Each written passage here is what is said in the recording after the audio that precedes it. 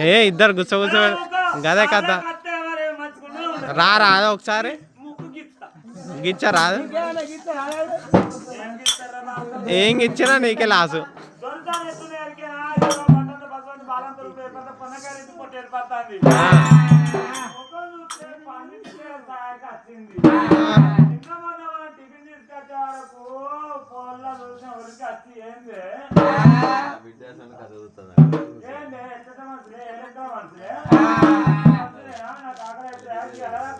ఏమన్నా చూస్తా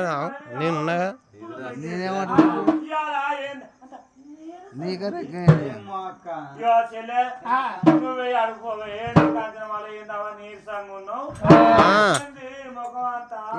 మీ మీద కెమెరా పెట్టిండు పొన్నకారి పొట్టేరు పడతాను